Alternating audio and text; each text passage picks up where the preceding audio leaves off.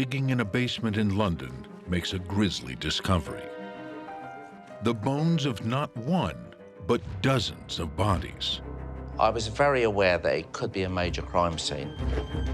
Benjamin Franklin called this townhouse home for more than 15 years. What went on at 36 Craven Street, the home of a founding father? Could it be that Benjamin Franklin was involved with murder? I mean, we didn't know, and we had to find out. Benjamin Franklin lived in London at a time when the pursuit of science and the activities of the criminal underworld collided. They can literally make a killing off the dead. It was just absolutely disgusting. All that mattered was that the body was dead. What does one of America's most iconic figures have to do with the bones in the basement?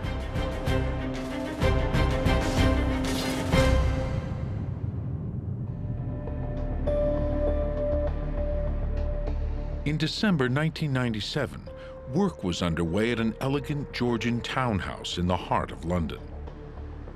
36 Craven Street, where Benjamin Franklin lived while representing the American colonies. In the intervening centuries, countless others have lived there, but now it was undergoing extensive renovation to transform it into a museum dedicated to Franklin's life. But as one of the builders dug into the basement foundation, he made a gruesome discovery. He unearthed what appeared to be a pit filled with human bones. He found first one bone, then another and another. It appeared there were bones belonging not just to one person, but several. Had he unearthed the work of a serial killer? The police were called. When I actually looked at the bones, which were in the back of the property, my initial reaction was, with what we got here. I'd never seen bones in a house like this before. I saw what I believe to be the remains of more than one person, certainly one skull, and a number of major bones of the body. I spoke to the builders. They were a little bit shocked, a little bit apprehensive, one of them was with us. I would say in my 30 years in the police service, this is the first private address I've been to where there have been bones found actually concealed in the property. And I thought, I need to get some expert advice here, and that's what we did. We called on a local coroner to come and give us some assistance. It would be the coroner's job to determine if foul play had taken place at Craven Street, and if so, when. Building work was immediately halted, and the site shut down. Coroner Dr. Paul Knapman was called to the house. It's the duty of a coroner to investigate all violent, unnatural, suspicious deaths, and also where the cause of death is unknown. And this is the actual basement. Of course, now, I mean, it's all nice and clean, but at the time, you must imagine that this is a building site. We had debris, we had mud and stones and everything like that. And here's the pit. This is the actual pit. Dr. Knapman noticed something intriguing about this macabre collection of bones. These are some of the bones that were actually found. Here, for example, is a femur, but the curious thing here is being cut across. Why is that? That is not usual. Similarly, here is a skull, and the skull's been cut across there. I mean, absolutely sawn. So it's perfectly clear that these have been interfered with. The sight of these bones rang alarm bells. A few years earlier, the story of serial killers Fred and Rosemary West shocked the British public. The bodies of several women were found buried in the basement and grounds of their home in Gloucestershire. Between them, the couple was charged with 22 counts of murder. So where were we here? Was this a similar sort of case? Were we dealing with murder? Against this dark backdrop, it was vital to establish the age of the bones.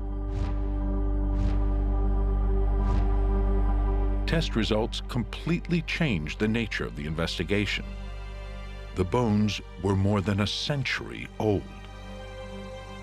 Now, if they're 100 years old or more, then there's no possibility of any living person being charged with the murder or anything like that. So to that extent, the coroner isn't so involved, and neither are the police. But these were very unusual circumstances. I mean, it was a possibility that there'd been a murder several hundred years previously. We didn't know, so we continued to actually try and find out what had happened here. Whatever had happened in the basement, it was now a historical case. And the finger of suspicion pointed to those who lived in the home more than a century ago. The task of dating the bones more specifically fell to archaeologist Simon Hilson. He's a specialist in the biology and history of human remains. To perform the tests, he had to go to the basement of Craven Street himself. It really was quite poorly lit. There was no lighting really in the house. And when I got down there, I saw this hole.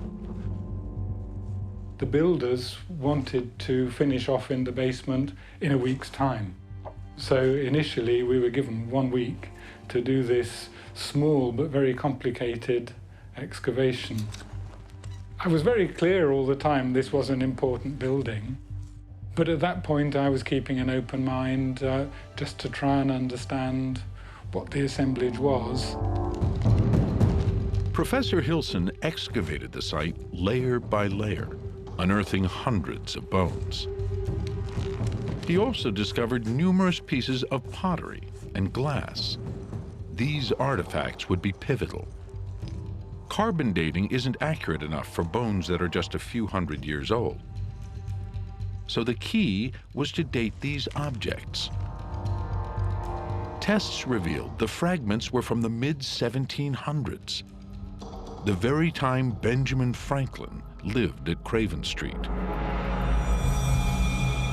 Could the unthinkable be true? Could a founding father have had something to do with the pit of bones? Between 1757 and 1775, Benjamin Franklin lived and worked in the very heart of Georgian London. He was the first person to represent Pennsylvania and later the British colonies of Massachusetts, Georgia, and New Jersey at British Parliament. Benjamin Franklin was certainly the most famous colonial of his day, and his role here in London was strategic.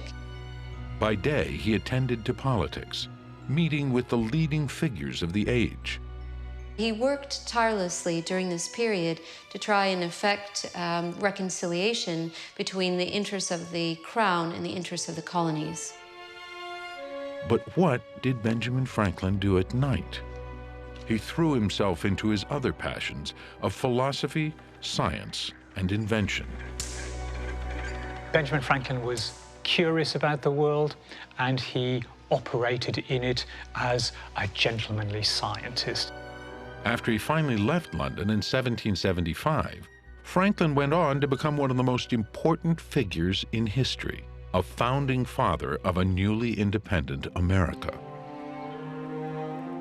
But now, almost 250 years after his departure, the discovery of the bones in the basement threatened to sully the great man's reputation.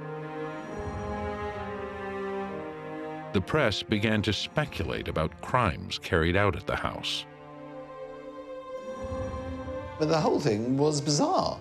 Here was a house that had been occupied by Benjamin Franklin, one of the founding fathers of America, and we got bones that had been cut across and everything like that. Could it be that Benjamin Franklin was involved with murder? I mean, we didn't know, and we had to find out.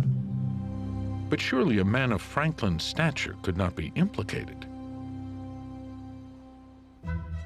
His early career was spent in Philadelphia, where he established a successful printing business. In his 40s, he turned his attention to his passion for politics and scientific research, and by 1757 had moved to London as a diplomat. At that time, England was the epicenter of scientific and philosophical advances which captured Franklin's imagination. In 1752, he'd won worldwide fame when he proved that lightning was not an act of God, but in fact, electricity. Franklin was passionate about science. He was intellectually curious, and there was no subject that didn't pass his attention. He was here in London pursuing experiments related to electricity. He looked at better ways to make clocks and improve bifocal lenses. He even created a flexible steel catheter for his brother. And he tried to find a cure for the common cold. He believed that you needed to let out the stale air and let in the fresh air. Here in his rooms at Craven Street, he supposedly took an air bath where he sat around without his clothes on for a time each day and had the windows wide open so that he could take in the fresh air. Franklin thought that science could really help people, and he was always looking at ways to improve life for himself and for others. But what possible connection could Franklin have to the bones? Could he have been experimenting on corpses for some reason? Or trying to link the properties of electricity with medicine? Perhaps the bones themselves could provide clues. Professor Hilson uncovered more bones, which bore the same cut marks the coroner observed. So these are some of the leg bones from the site. There are lots of parts of the limbs. Most of them have cut marks on them. These are saw cuts. You can see the marks of the teeth running across it. It seems to have been done in one go. This is the top of an adult skull, and it's been cut off using a saw. We can tell it's a saw because of the scratch marks on the teeth, and also it was a straight saw. They took several cuts. One fact was clear. These bodies had been cut up after death. All these must be post-mortem because they haven't healed. If a bone is cut or broken and then heals, then new bone grows over. And so we can certainly tell if a break took place sometime before death. There was an even more unsettling discovery among the bones, the remains of a newborn baby. This is from the back of the head, and in a little baby it's made up of 4 different pieces. The tiny bones he uncovered made up an almost complete skeleton of an infant. We really don't know who the child was, why it ended up in there. Hilson made another discovery.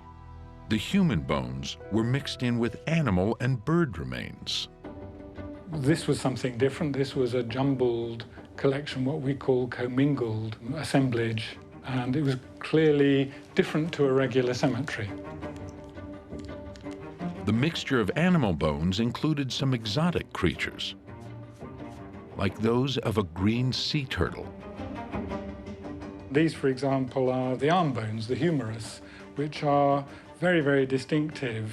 I recognized what I was dealing with the moment I saw them in the ground. The exciting thing was to find not only the turtle, but also mercury sitting in association with it. It's quite strange in excavation to find something that moves when you're trying to dig it up, and I actually had to chase it through the ground with a plastic spoon. Very strange to see free-flowing, running mercury in the ground during an excavation. I've never seen it before or since. The mercury and the turtle were tantalizing finds, but for the moment, their significance would remain unresolved. In total, Professor Hilson unearthed 1,700 animal bones and 2,000 fragments of human bone and teeth, the remains of an estimated 28 people. But who was responsible for this grim stash of bones? Could Ben Franklin have really been involved? To solve the mystery, the investigation had to eliminate all the occupants of the house at that time. In a sense, the house here at Craven Street functioned as the first de facto American embassy because Franklin was visited by anyone and everyone calling in from the colonies. Franklin officially rented 4 rooms in the house, although he was said to be less a lodger than the head of a household, living in serene comfort and affection. He kind of overran the place. He even had a cat. The house belonged to a widow named Margaret Stevenson and her daughter, Polly. With Franklin's wife and daughter remaining in Pennsylvania, 36 Craven Street became Franklin's home for almost 16 years.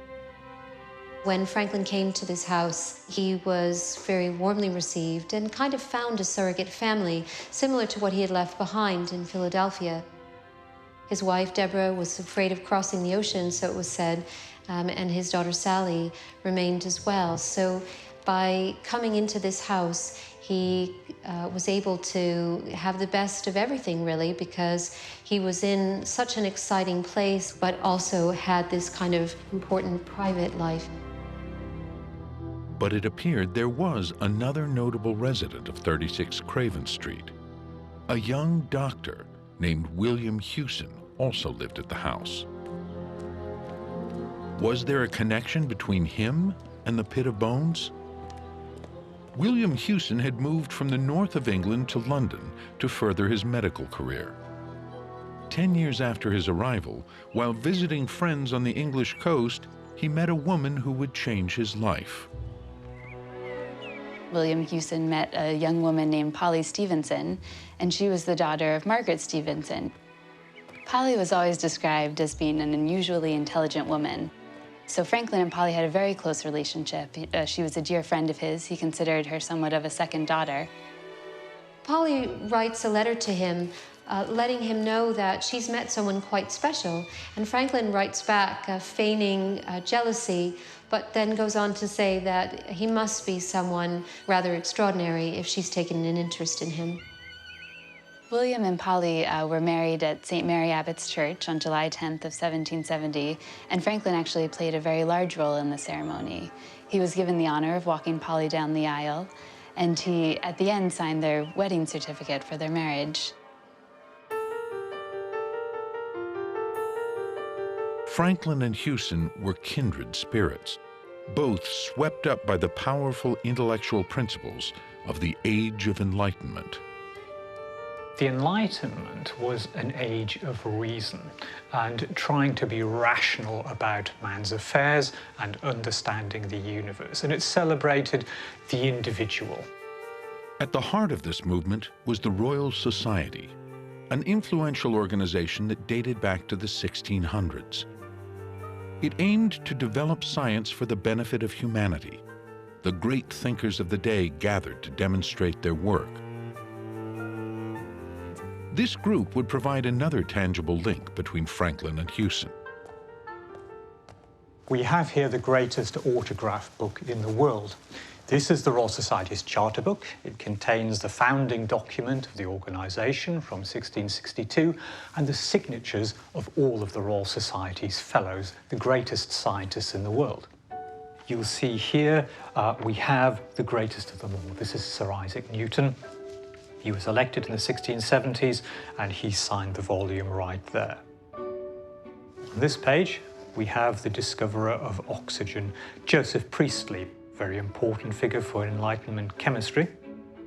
Here we have the astronomer William Herschel, the man who discovered the planet Uranus and ushered in a whole new era of planetary science.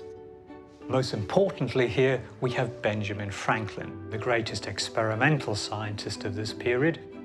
These all individuals who made significant impacts on late 18th century science.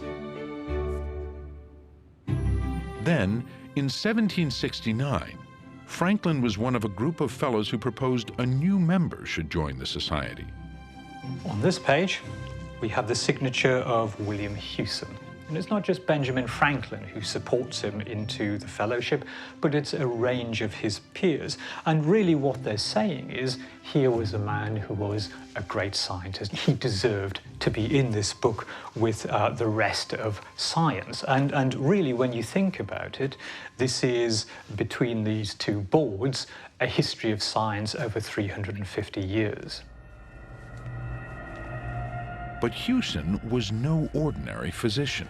He practiced an art that aimed to investigate the inner workings of the human body by peeling it back layer by layer. Hewson was an anatomist. Hewson entered the scene of anatomy at a really ideal crossroads. This was a time that they were looking at practical dissections as an art of teaching. And instead of just researching these things and reading about them, there was much more of a hands-on approach to medicine and science. So did the activities of William Hewson hold the key to the gruesome discovery at Craven Street? Perhaps the bones were not the result of murders, but were in fact anatomy specimens.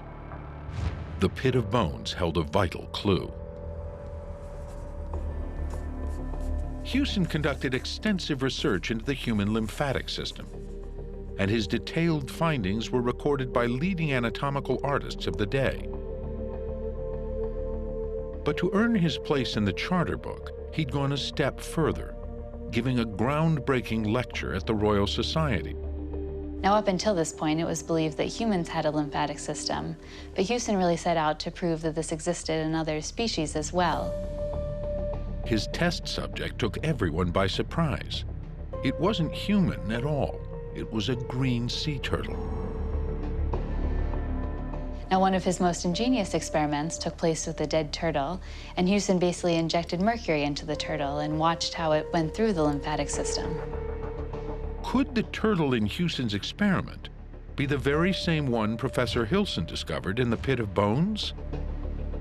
This is some of the bones of the shell of the turtle, and one of the fascinating things was there was a little bead of mercury actually resting inside the bone of the shell. And it's exciting because it's a very clear association with Hewson, the find of mercury in association with the bones of a turtle. This was a dramatic turning point in Professor Hilson's mission to find the source of the bones at Craven Street. He now had compelling proof they were the result of William Hewson's work. Could Benjamin Franklin be ruled out as a suspect?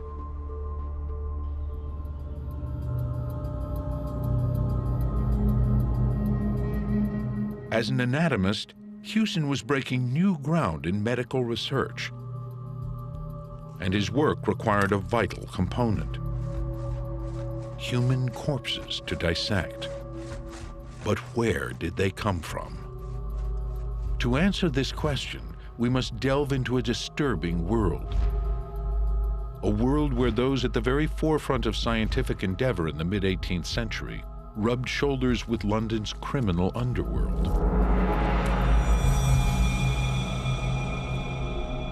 Dr. Lindsay Fitzharris is an expert in mid-18th century medicine and surgery. Well, people died from all kinds of things in the 18th century that we just don't die from today, like smallpox, consumption, typhus. And of course, you could die from really simple things like a broken leg or a broken arm. If that leg or arm had to be amputated, you could die of blood loss, you could die of shock, or post-surgical infection. So it was a really dangerous time to live. Medicine wasn't hugely advanced, and of course the understanding of the body was very different than how we understand the body today. So for instance, people believed that sickness was caused by an imbalance in humors. So you were often bloodlet to cure yourself. Some of the stranger treatments were electric shock therapy, mesmerism or hypnosis, mercury treatments. You could be purged, which was very unpleasant as well. Of course, we know today that probably those treatments did more harm than good. Hewson was a man of the age, and he was very much involved in pushing the boundaries of modern science and medicine. This was a time that medicine was becoming much more of a professional science, and it was moving away from more the medieval quackery that had been previously established.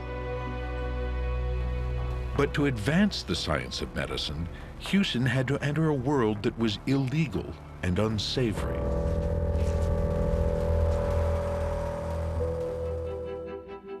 Historically, surgery was regarded by physicians as a lowly activity, little more than manual labor. Its practitioners, unlike physicians who studied medicine, had no formal qualifications. They were known as barber surgeons. So when you enter a barbershop today, you go in for a shave, you go in for a haircut, but of course there was a time when barbers did a lot more than that. They used to pull teeth, they used to pick lice from the hair, they'd lance boils, and they'd do some minor surgical procedures.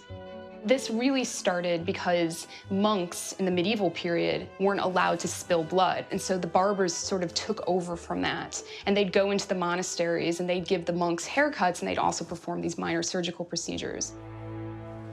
If men like Hewson were to elevate surgery from these primitive methods, then they would have to understand the inner workings of the body. But there was a problem. Dating back to the era of Henry VIII, only universities and the barber surgeons were legally sanctioned to dissect bodies. But in 1745, the barber surgeons disbanded, providing a new opportunity for ambitious young physicians like Hewson. At that point, surgery starts to become more professionalized, and the surgeons themselves separate from the barbers, and the barbers start to just deal with hair, fingernails, those kinds of things. In this new climate, as many as 20 private anatomy schools were set up across London. And so what happens is all these private anatomy schools pop up to give medical students the opportunity to learn anatomy by dissecting their own cadaver. However, up until this time, the only bodies legally available to the barber surgeons had been those of hanged murderers. People really feared dissection in the 18th century because they had a real literal vision of the resurrection, of the body rising after death, and everything had to be in its place. So the idea of being anatomized was really horrible because your body was dispersed or kept in containers and it wasn't kept all together. And in fact, you get these really poignant letters of criminals before they die on the scaffold, and they're writing letters to their family, begging them to come to their execution to claim their bodies lest they fall into the hands of the surgeons and be mangled and torn apart. And it's really awful. I mean, they actually feared the dissection almost more than they feared the death itself. But anatomists needed many more bodies than the gallows could provide. With no legal means of acquiring them, they were forced to turn to the criminal underworld. Their pursuit of knowledge would fuel a dark and clandestine profession: body snatching. Grave robbers assumed a twisted name stolen from the Christian church. They became known as resurrectionists. Operating under the cover of night and armed with crowbars and shovels, they scoured graveyards, plundering bodies from freshly dug graves to supply the eager anatomists.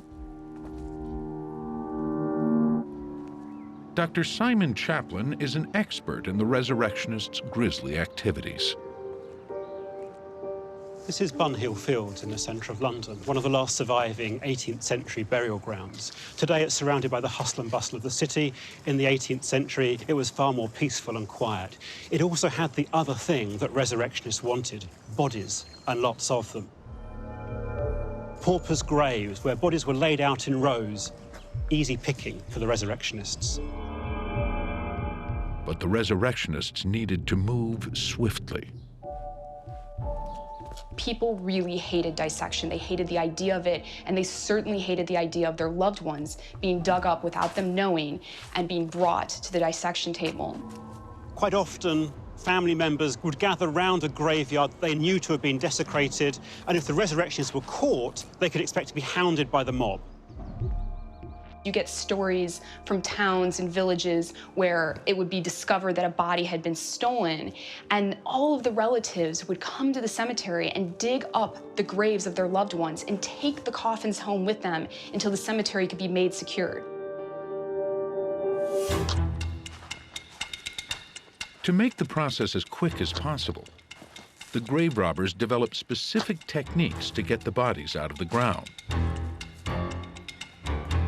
Historian Dr. John Troyer has studied their activities. Using this representation of a grave, he explains the resurrectionists' methods. The grave robbers had a very good system. It was very efficient, it was very fast. They'd take a shovel, so like a spade, and they would cut the grave in half this way, mark it out, and they'd dig the dirt out from the top half of the grave just to get to the top of the actual coffin. This part here would be the head of the deceased person. They were so fast, some of them, they talked about being able to do it in about 8 minutes. And then they'd put down the shovel and they'd pick up some kind of blunt instrument like this, like a pickaxe. And what they would do is they would crack into it. And then once that was opened, they grabbed something like this rope. Sometimes the rope had a hook on it, but oftentimes they would just loop it, put the rope down in the grave, around the neck of the deceased, and they'd pull it tight to pull the person out. The practice was repugnant, but the law actually governing the stealing of a body was surprising. The truth was, in the 18th century, you couldn't own a body, and therefore stealing a body wasn't a crime. Stealing the shroud that the body was wrapped in, stealing the coffin, taking grave goods, trespassing in a graveyard, they were all crimes.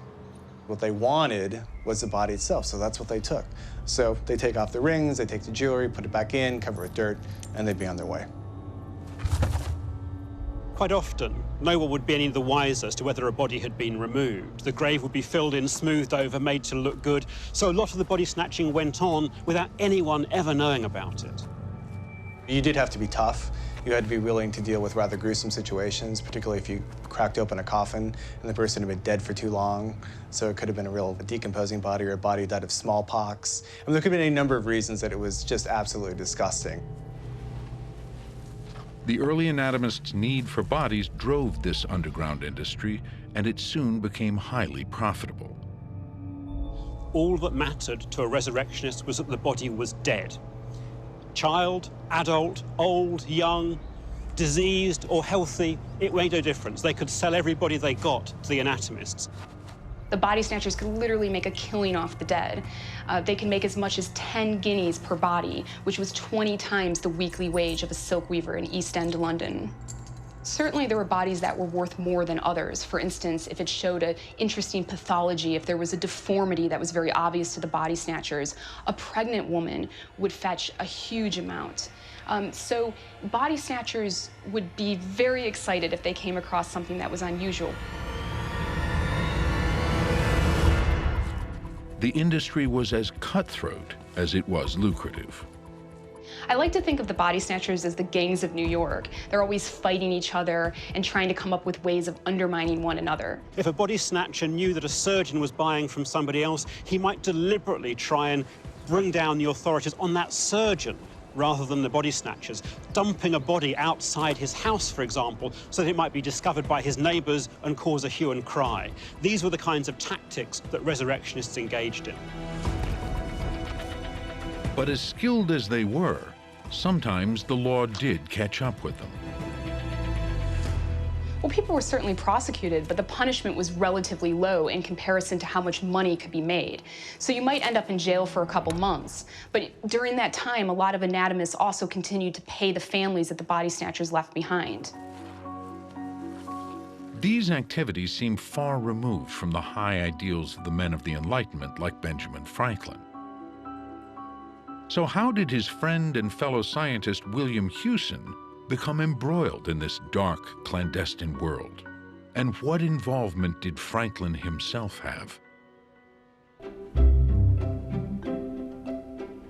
Hewson came to London to study at the renowned anatomy school of William and John Hunter. He moved into lodgings at the school and became their apprentice. His job was to prepare the specimens that would be used for lectures given by William Hunter, one of the most progressive surgeons of the day. Bart's Pathology Museum in London houses some of these 18th century specimens. These specimens were typical of what Hewson would have been making as an anatomist. And you have all kinds of wonderful examples of diseases in here. For instance, you have a human heart, and chances are this person died of a heart attack. And again, the surgeon wouldn't have been able to do anything to prevent this heart attack necessarily because they couldn't have done internal surgery. But by studying the specimen, they'd understand the causes of the heart attack. You also have examples of diseases that people just don't die from today. So for instance, here you have gallstones. And of course, people still get gallstones, they get kidney stones, they get urinary stones, but we can remove them a lot more effectively. But in the past, people died from this all the time. And if you note, the stones are quite large, and that had a lot to do with the 18th century diet. Hewson created thousands of specimens like this for anatomy lectures and lessons.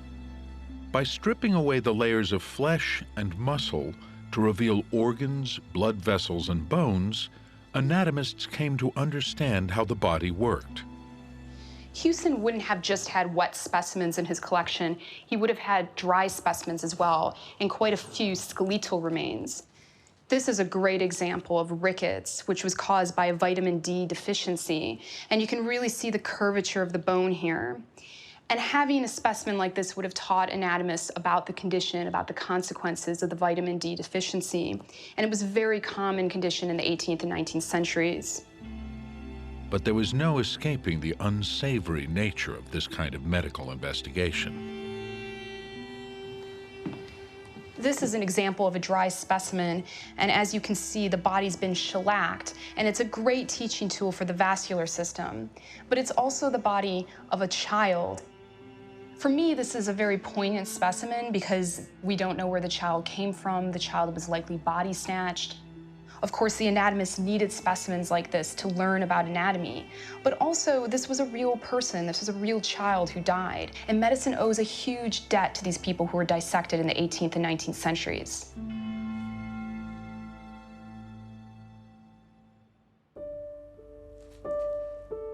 By 1771, Hewson was making a name for himself as an anatomist.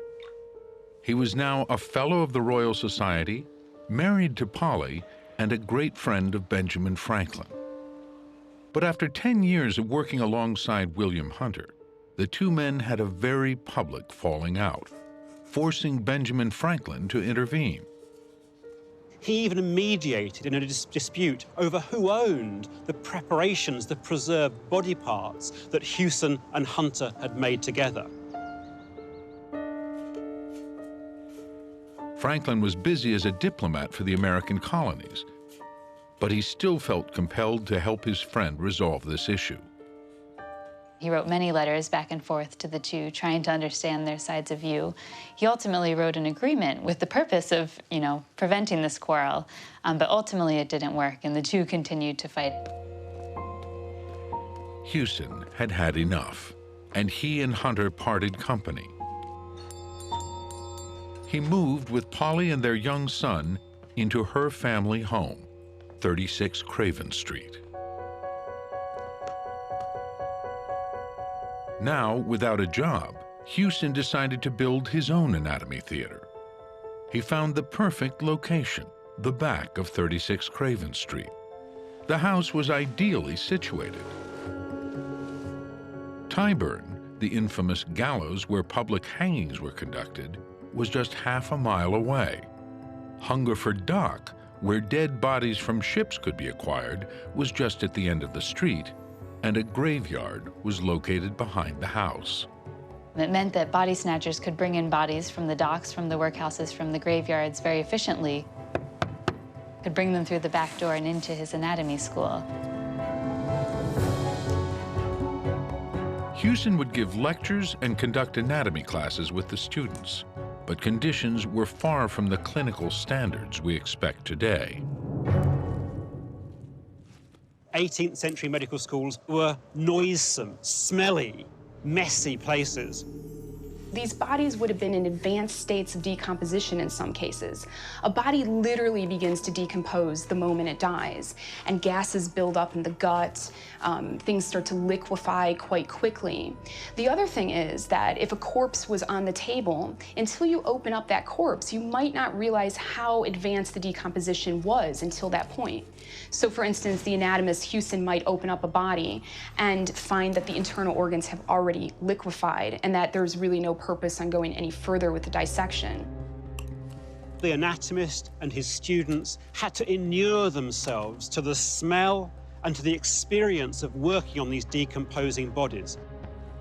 Well, it was William Hunter who said that a person had to have a necessary inhumanity in order to perform dissections and to perform surgeries.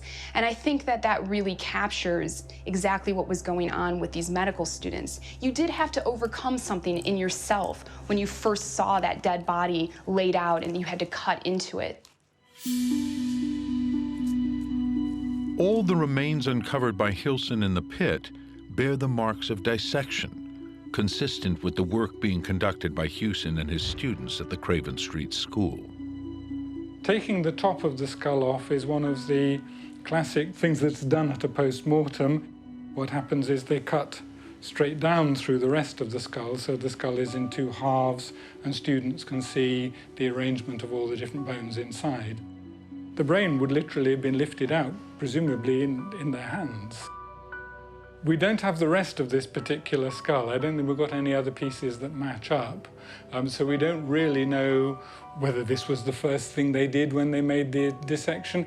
They were supplied with different parts at different times, and it's perfectly possible this was just a head. But what of Benjamin Franklin? Did he know the extent of what was happening at Hewson's anatomy school? I think it would be very unlikely that he'd be unaware. I mean, just considering the smells alone of being so close to a dissection room. He certainly knew about the anatomy school that was here. Franklin knew everything that was going on Craven Street, and he would have been very interested in Hewson's experiments. It must be the case that he knew what was going on.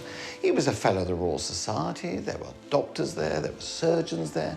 He was a man who was, he asked a lot of questions. He was a polymath, so he was bound to know. But why would such an important figure have condoned not just the gruesome activities, but also the lengths to which men like Hewson went to acquire bodies? It wasn't particularly pleasant, but it was necessary. And if you wanted to understand people's bodies and help in improving the human condition, which is one of the great missions of science, you have to understand things before you can make them better. What comes out in the 18th century are advances in the understanding of anatomy, the structure of the body, understanding physiology, how the body works, and understanding pathology, what disease looks like in the body. All of these things contribute to a better understanding of how the body works. The other big difference it makes, of course, is to surgery. It leads to advances in the practice of surgery, specific operations, but more generally it breeds a group of surgeons who are confident when it comes to wielding the scalpel, because they've practiced on dead bodies. When it comes to operating on live patients, they know exactly what they're doing. These are instruments from Hewson's period. They would have been used both for surgery as well as for dissection. Here you have various amputation knives. It was really important for them to learn how to do this on dead people, on cadavers in the dissection theater, while they're not struggling or screaming out in agony or bleeding. So you have an example there. You also have the bone saw. And one of my favorite instruments in this collection is this tiny little bone saw, and this would have been used to amputate fingers or toes. We know that when a surgeon operates on us, or when a doctor sees us, they've been taught anatomy. That wasn't always true. It was through the work of people like William Hewson that anatomy, as we understand it today, came to become part of medical education. Someone like Franklin would have been appreciative of the kind of knowledge that was being created through dissection and through experiment. Hewson himself made significant medical advances. He discovered the lymphatic system existed not just in humans, but also in amphibious creatures and birds. He isolated fibrinogen as a key protein in the coagulation of blood, and he identified the true shape of red blood cells. Before this, they had been known as globules, and they were thought to be spherical in nature. But Hewson used the microscope to look at them and said, why, no, they're flat as Guinea. So for all of these amazing accomplishments, Hewson is currently known today as the father of hematology. Hewson's school provided him with a thriving business to support his growing family. His classes were very popular, and pupils paid up to 10 guineas for a series of courses. By 1774, 2 years after establishing his venture, Franklin's friend and protege was considered a great success. But then, tragedy struck. While dissecting a body, Hewson cut himself. He developed a fever and fell gravely ill. 5 days later, he called his wife to his bedside and he said, "Take care of our children, I must bid you farewell." And then he actually ended up developing septicemia and he passed away on the 1st of May. Hewson was just 34 years old. It doesn't surprise me that Hewson dies this way because there are other examples of anatomists or students dying of septicemia when they cut their hand accidentally during a dissection. Of course, there's no real concept of bacteria or germs at this time. Franklin was devastated by the death of this young man, his close friend. One of the saddest letters that Franklin writes from Craven Street is about the death of William Hewson to his wife, Deborah. Our family here is in great distress. Poor Mrs. Hewson lost her husband and Mrs. Stevenson her son-in-law. He was an excellent man, ingenious, industrious, useful, and beloved by all that knew him. She's left with 2 young children and a third soon expected. He was just established in a profitable, growing business with the best prospects of bringing up his young family advantageously. They were a happy couple. All their schemes of life are now overthrown. I just love this letter because in the first line it talks about our family here is in great distress. And this just goes to show how close Franklin was with the Hewsons. He had a great deal of respect for Hewson and was deeply affected by his death. This personal tragedy coincided with a crisis in Franklin's political career. It became clear that reconciliation between Britain and the colonies was not possible. As he began to understand his countrymen's desire for independence, Franklin decided he needed to leave London and return to Philadelphia. I think he does leave London with a very heavy heart. This was such an exciting place for him to be. He had great friendships here. And he had worked so long to achieve something that in the end he couldn't make happen. Franklin's time in London came to an end, but not his relationship with the Craven Street residents. He left Britain to make history, dedicating his life to establishing America as an independent nation, first as a diplomat in France and later when he returned to Philadelphia. But despite this crucial work, he didn't completely leave Craven Street or the Hewsons behind. A new chapter began. After Polly's mother passed away in 1783, Benjamin Franklin wrote her a letter and invited her to come to Philadelphia to be his neighbor. In 1786, Polly decided to move her family to Philadelphia, and there they remained. Polly became a kind of daughter to him, and so it's only natural that he would want her to be with him in Philadelphia after the end of hostilities. When Franklin dies in 1790, Polly is in Philadelphia and supposedly comes to his bedside, and all her descendants become American because of Franklin. But Franklin's legacy went further. He encouraged Polly and William's son to follow in his father's footsteps. Thomas Hewson became a prominent physician. Now, since William Hewson, there have been 5 more generations of Hewson physicians, and I'm very proud to say that I am a direct descendant of William and Polly. I'm currently in my last year of studying medicine, and I'm very excited to be continuing this legacy within the Hewson family. Melissa Hewson and her father, Ted, have collected information related to the Hewson family history dating back to William and Polly. This marriage certificate between William Hewson and Polly, signed by Benjamin Franklin. Isn't that incredible? And I think that just goes to show how close he was with them during their marriage.